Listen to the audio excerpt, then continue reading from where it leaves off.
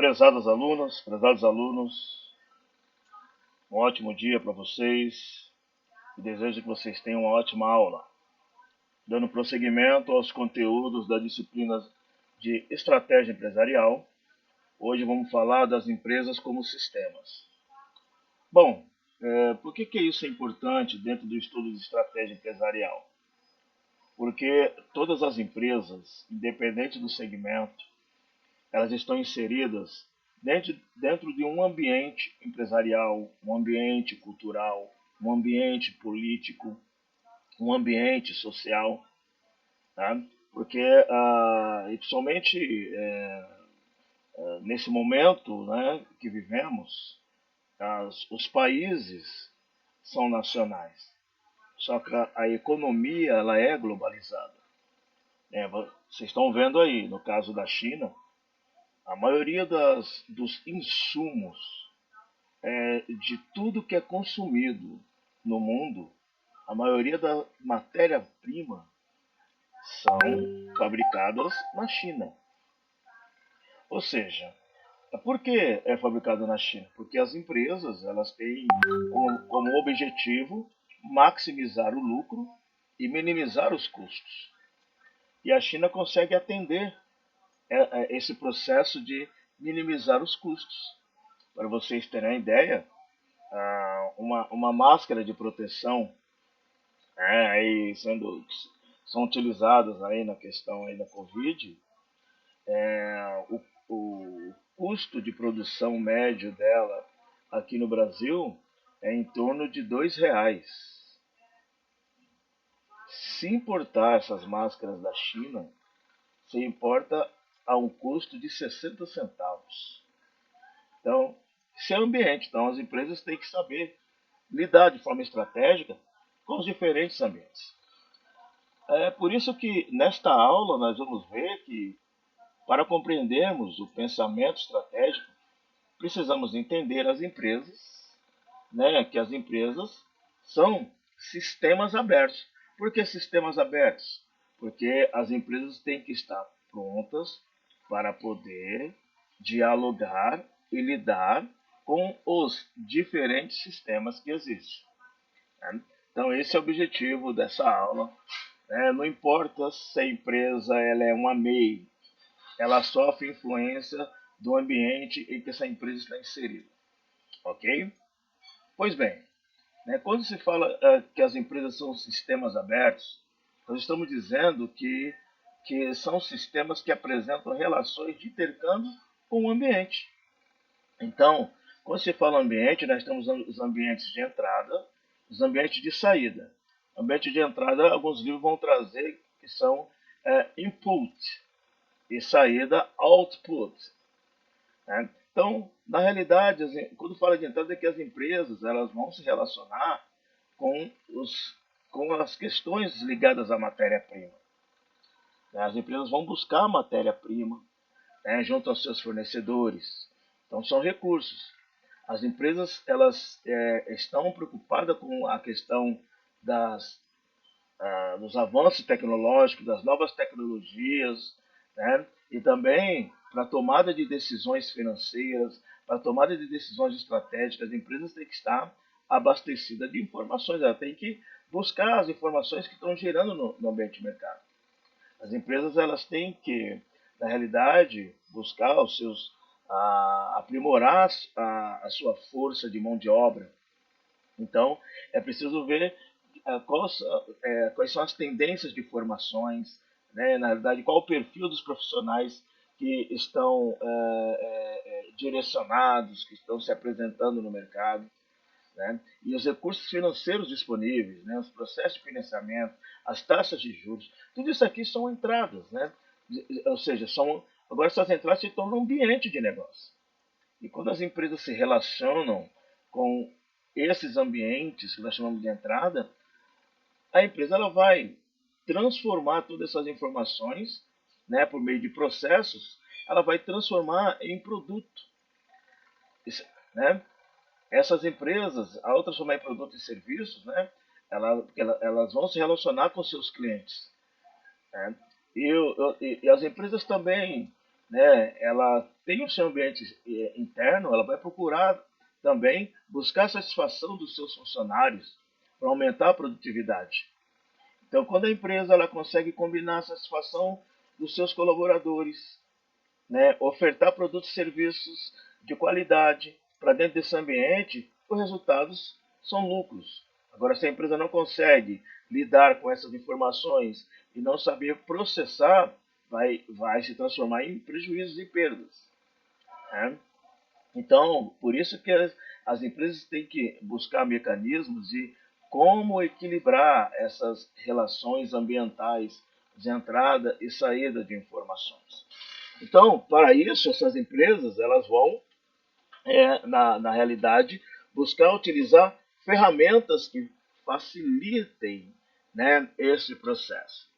Essas ferramentas nós chamamos de análise de input, ou seja, tudo que está ligado ao processo de entrada de informação, entrada de matéria-prima, entrada de recursos financeiros, entrada de mão de obra, e output, ou seja, saída de produtos e serviços, satisfação dos colaboradores, produção, né, ou seja, resultando em lucro. Se a empresa trabalhou mal, se a empresa processou mal, né, em agregar esses valores, vai resultar em prejuízo. Então, por isso que quando se fala em ferramentas da análise de inputs e outputs, ou seja, essas ferramentas permitem uma rápida visão dos principais processos que agregam valor aos produtos e serviços. Esse modelo, ele tem por objetivo o quê? Nos fazer entender que um sistema empresarial é composto por interrelacionamento de vários critérios de desempenho. E quais são esses critérios de desempenho? Quando as empresas vão fazer essas análises das ferramentas, de verificar se essas ferramentas elas estão agregando valor, né, na realidade, esses critérios de desempenho, né, ou seja, o que é critério de desempenho? Você pode medir, né, o desempenho de acordo com o projeto estratégico que a empresa desenvolveu. Então, a empresa vai medir o quê? Vai medir a eficácia, vai medir a eficiência, vai medir a produtividade, vai medir a qualidade, vai medir a inovação e vai medir a lucratividade. Né?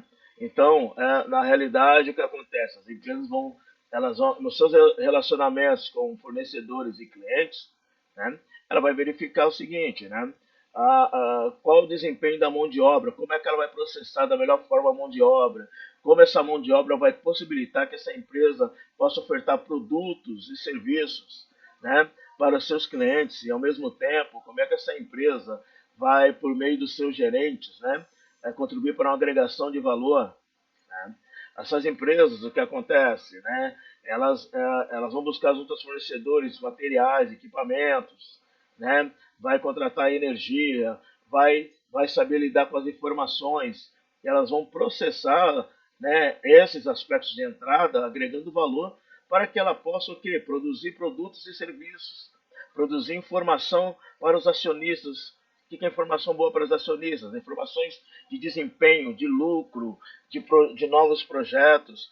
Então, tem uma ferramenta que geralmente é estudado somente na faculdade de administração, em curso técnico, né, a gente não aborda, mas há uma ferramenta chamada, em inglês, né, Balance Scorecard, que na realidade são ferramentas que possibilitam a análise de desempenho de cada setor por meio de pontuação, e essas pontuações possibilitam as empresas verificarem como é que está a adequação aos seus projetos.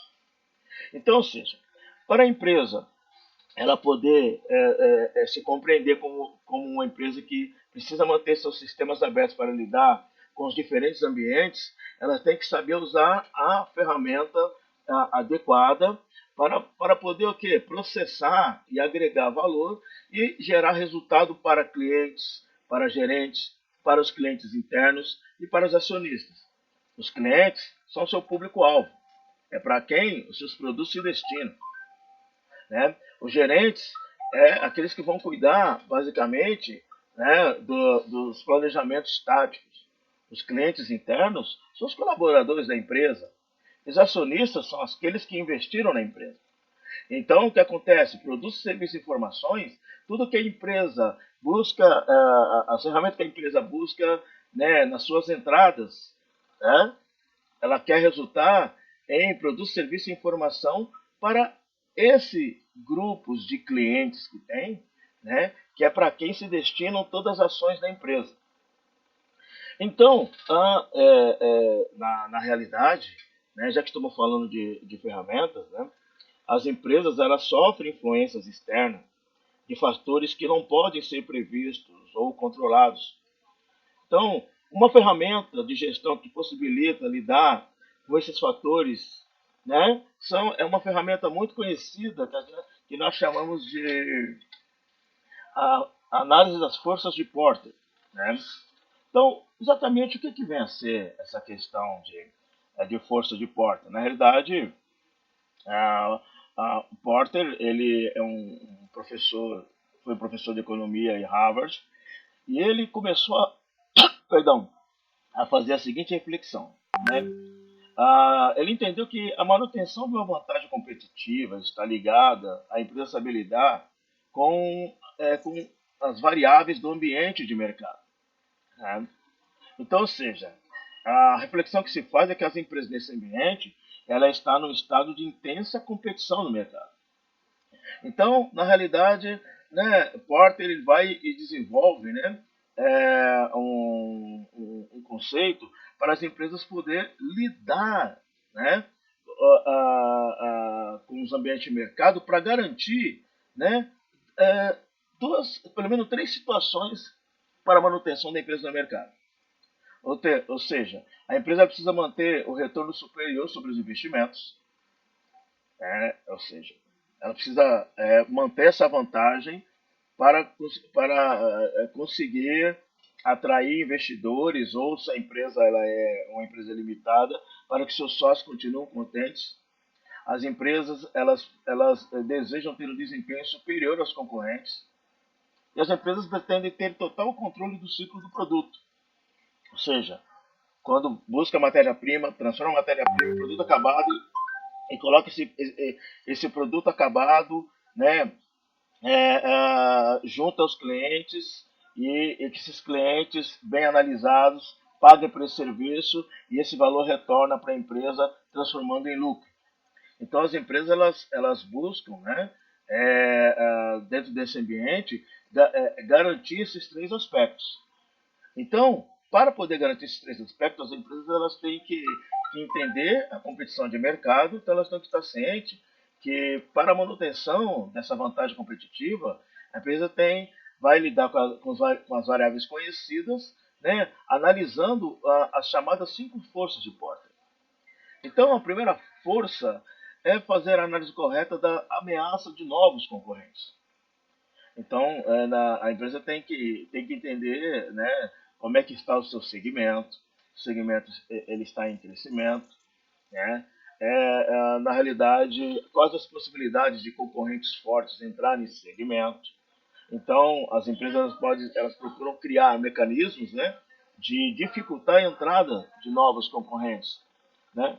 Quanto mais difícil for a entrada de novos concorrentes, né, maior é a probabilidade de lucro da empresa. Por quê? Porque se entrar mais concorrentes, vai ter que dividir o bolo.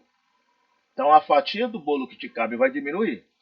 Então, as empresas, como elas não querem dividir esse bolo, elas buscam mecanismos para dificultar a entrada de novos concorrentes. Né? Então, as empresas elas acabam se juntando, acabam criando parceria de tecnologias conjuntas. Né?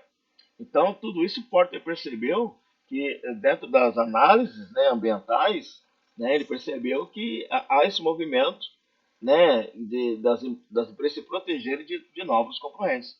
Uma outra força, ou seja, a força que age no ambiente de mercado, é a pressão por produtos substitutos. A maioria dos produtos e serviços ofertados no mercado hoje, eles têm substituto. Né? A pera é um substituto da maçã, ou vice-versa.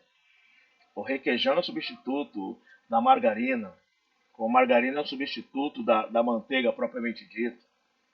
Estou dando exemplos bem básicos, né? Então, ou seja, quanto mais comum e popular for um produto, maior a probabilidade de outro produto substituí-lo. Então é uma outra pressão. Então, se as empresas estão inseridas no ambiente de negócio em que seus produtos são facilmente substituídos, então essas empresas têm que buscar fidelizar clientes, têm que buscar customizar o seu produto, agregar valor ao seu produto, né? Exatamente para que o quê? Para ela estar num sistema aberto de mercado, né? Ela tem que buscar mecanismos de proteção. Então, por isso que Porter percebeu que as empresas têm que se preocupar com a pressão dos produtos substitutos e na realidade, convencer os seus clientes, né, o porquê que é importante consumir o produto ou serviço que ela está ofertando. Uma terceira força, né, que tem que saber lidar dentro do ambiente aberto do mercado, né, é o poder de barganha dos compradores. Né? Isso vai ocorrer quando os compradores têm grande capacidade de compra de grandes volumes. Né? Então, se você pegar a relação de uma empresa de varejo, vamos pegar aí uma empresa de varejo de alimentos, como o Atacadão, por exemplo. Né? O Atacadão que pertence, né, ao grupo Carrefour. Então é o seguinte, esse grupo, quando vai fazer uma compra de arroz junto a Camil, eles compram toneladas e toneladas, né, de arroz, porque eles têm muitas filiais, né, e eles têm que ter um processo circular dessas mercadorias que são perecíveis, né? Então eles acabam tendo muita força junto ao Camil. Se você pensar na empresa de varejo de eletrodoméstico, como por exemplo a Magazine Luiza, né, ou a Casas Bahia, se for comprar um fogão da Brastemp, eles vão, eles vão comprar, eles vão ter que iniciar a conversa no mínimo fazendo um pedido de 1.000 fogões, porque tem que colocar lá um mostruário, mas eles vão comprar 10, 15, 20 mil fogões. Então eles têm muita força de compra. Então, uma outra força de mercado que existe, que está dentro do ambiente, né, de mercado e é um sistema aberto que as empresas têm que saber lidar, é essa força dos compradores. Né? Ou seja, é a força dos seus clientes, que seus clientes exercem sobre você. Né? Como também tem o poder de barganha dos fornecedores. Às vezes tem um fornecedor que ele domina o mercado, ele dita o ritmo, ele dita, na realidade, as quantidades distributivas. Vou dar um exemplo. O mercado de cimento, 80% está na mão do Grupo Votorantim. Então, quando a construção civil ela retoma a sua atividade com grande força, né, a Votorantim ela dita, né, ela dita a quantidade, ela dita o preço. Né, então, é outra força que as empresas, enquanto sistema aberto, têm que saber lidar, e o Porter percebeu isso. Tá? Então, quando se fala no poder, né, de barganha dos fornecedores, né, vai ocorrer quando a concentração dos segmentos, dos produtos do fornecedor é fundamental. Então, ou seja, quando o fornecedor percebe que o produto dele é fundamental para os seus clientes, e ele que domina esse mercado, ele dita o ritmo. E outra força importante, já que estamos falando em sistemas abertos, em que os ambientes de entradas, exercem grande influência para que a empresa, no seu ambiente de saída, possa saber lidar, ou seja, para isso a empresa tem que processar e agregar valor, né, aos seus serviços, produtos, às suas ações. Uma outra força muito forte é a rivalidade entre os concorrentes. Né? E ocorre quando no segmento o número de concorrentes é grande, o crescimento do setor é lento e as empresas têm altos custos fixos. Então, custos fixos, né, é aquele custo que a empresa tem, independente dela faturar ou não, que é o custo da sua estrutura. Então, quem tem uma oficina de costura, o custo fixo dela é a energia, é a água, é a mão de obra. Né? Independente da empresa vender ou não, esse custo está lá. Então, ou seja, se no segmento, né, é um segmento que o giro do produto é lento, que o segmento não está crescendo muito rápido, né, e o custo fixo é muito alto, a rivalidade fica mais acirrada. Mas também em segmento onde o giro do produto é rápido, né, também a rivalidade é muito forte porque fica aquela concorrência mais agressiva. Então as empresas têm que entender que ela não está sozinha, né, dentro do mercado. Ela não existe sozinha, né, nos ambientes. Ela não existe sozinha nos relacionamentos com clientes, com fornecedores, né, com governos, com acionistas, com colaboradores. Então as empresas, do ponto de vista estratégico, têm que conhecer essas forças de mercado, utilizar as ferramentas corretas e saber processar, né, os aspectos de entrada, né, e também administrar os aspectos de saída. Né? Assim, gente, nesta aula nós vimos que as empresas operam em sistemas que estão em contínuo intercâmbio, né? Com um ambiente externo em que, se formos olharmos para esse ambiente, é por meio das ferramentas. O olhar correto, mas que ferramentas? As 5 forças competitivas de Porter. Então, nessa aula eu quis mostrar para vocês que a empresa tem que ter a consciência de que ela opera, né, dentro de um sistema, então ela tem que ter um sistema aberto para poder lidar com esses sistemas que exercem força muito grande dentro do mercado, e essas forças muito grandes do mercado acabam influenciando a empresa. Então a empresa tem que saber fazer análise dessas forças de mercado, muito bem sintetizada por Michael Porter, né, para que a empresa possa garantir, né, os aspectos que mantém ela, que perpetua essa empresa no mercado, né? Que é manter, né, os resultados acima dos investimentos, que é o que mais, né?